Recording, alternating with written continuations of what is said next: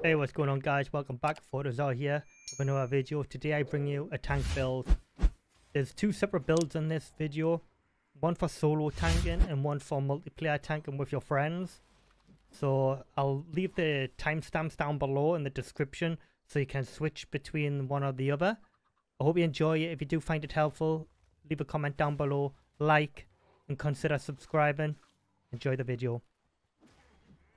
So this is the first tank build in this video. This is for the solo tanking. So you want to be using the Stormlander, which dropped for me in Fiery Forge from the Redstone Golems. It has melee damage, fires lightning bolts trait, and great splash trait. I'm running the 3 enchantments on here. You don't want to be running this with less enchantments because I find it pointless. I'm running sharpness, shockwave, and critical hit.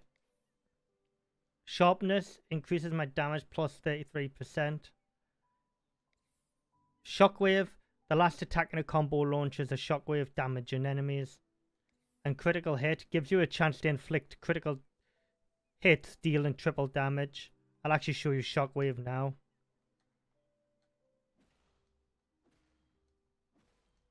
As you can see, this is really good if you want to keep mobs at bay. It only hits 1 or 2 mobs. So, if you've got like an enchanted zombie with deflect or I don't know, gravity on it or something like that, this is handy. And you can just keep it at bay. And you can just quickly-ish pick it off. Now I'll show you the lightning bolts up close when you're attacking something. It's really good. So when you're hitting, you're doing shockwave still, but you're also, if you're being close range now, you have a chance of proccing your lightning bolts.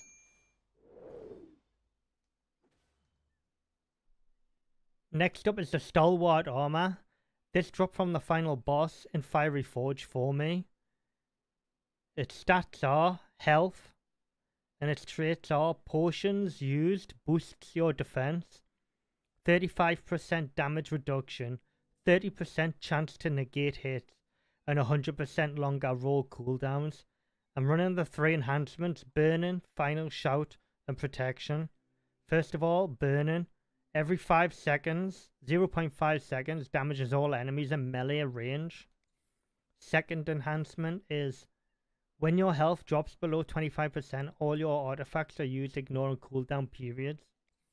Protection reduces damage taken. This stacks with your damage reduction trait, so you get 50% damage reduction. Now if you see the red ring around me, that is the burning enhancement. Any mob comes near that and it'll start burning and taking damage.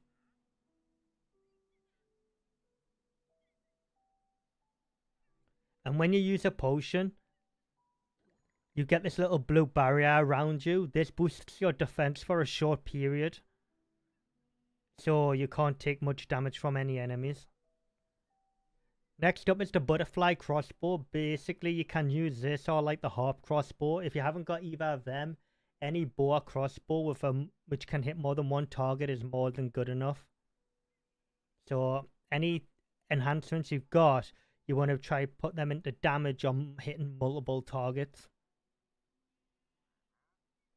Next up is your artifacts. Your first one wants to be Boots of Swiftness in conjunction with Ghost Cloak. There's 1 second difference between the cooldowns on these, so you can pretty much keep on pumping your speed as you're grinding emeralds through a dungeon. And lastly, you want to be using Flaming Quiver. This is what it's really going to give you a lot of damage at range. This is why you want to be hitting more than 1 target with your bow or crossbow.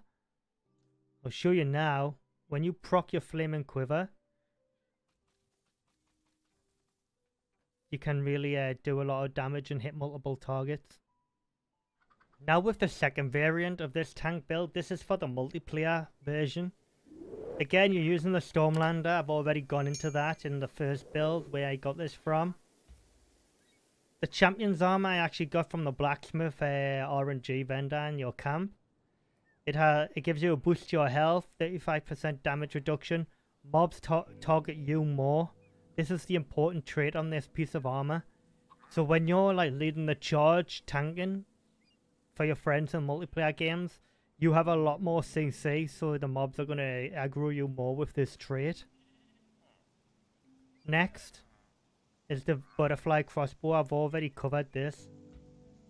So on the champion's armor, I'm running Thorns, Protection, and Final Shout. I've actually got 2 powerful enchants on this build. On this armor, sorry.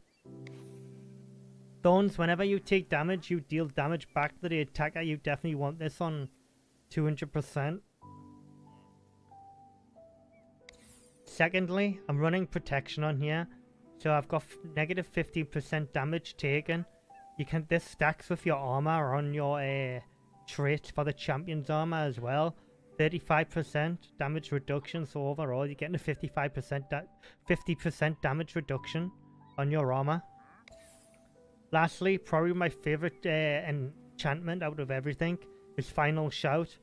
When your health drops below 25%, all your artifacts are used, ignoring cooldown periods. This can trigger every 8th second, so it's super powerful. Now going on to the artifacts, they're vastly different to what you saw in the first build.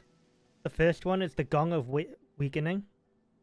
When enemies are around you, decreasing their damage and defensive capabilities, it has a 20-second CD and it lasts for 5.9 seconds. In the secondary artifact slot, you're running the Iron Golem or Golem kit. Once you summoned it, it can do between 455 and 658 summon damage. Obviously, this depends on the level of the golem you find. And lastly, the Ironhide Amulet. This is great, because what I do is I proc the Ironhide Amulet, then the Gong of Weakening. Once you've proc this starts cooling down. This has a 5-second longer CD than your Gong of Weakening. So once you proc that, you nearly, and this is all cooled down, you pretty much can proc them over again.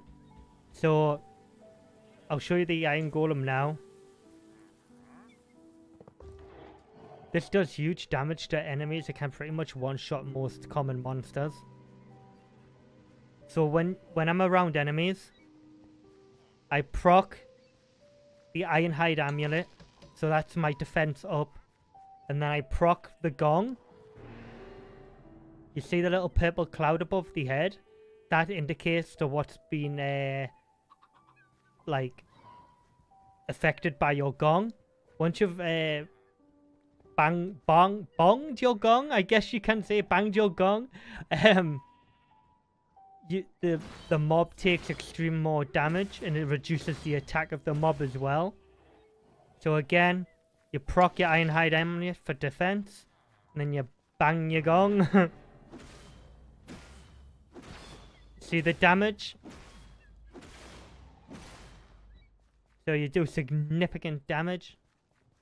Again, if your Iron Golem leaves your sight, you can actually call it to use by pressing the artifact button for your Iron Golem, and it'll actually spawn on you. It has a small cooldown, but you can keep on calling it to you because sometimes it gets stuck. I would just like to say I got the Iron Golem from the artifact vendor in your camp. So I rolled them. It took me a few rolls to get it, and now I can't stop getting it. So that's where I got mine from. It can drop out in the world as well from a few locations. But the vast majority of my gear I got from the blacksmith vendor. But like I said, I got the Stormlander from the Redstone Golems in Fiery Forge. Hope you enjoyed this video, guys. If you have enjoyed it, please consider subscribing, commenting, liking my videos. It all helps. It all goes to show me that you're liking my videos and you want to see more, and it helps the algorithm as well. Thanks for watching, guys. Take it easy.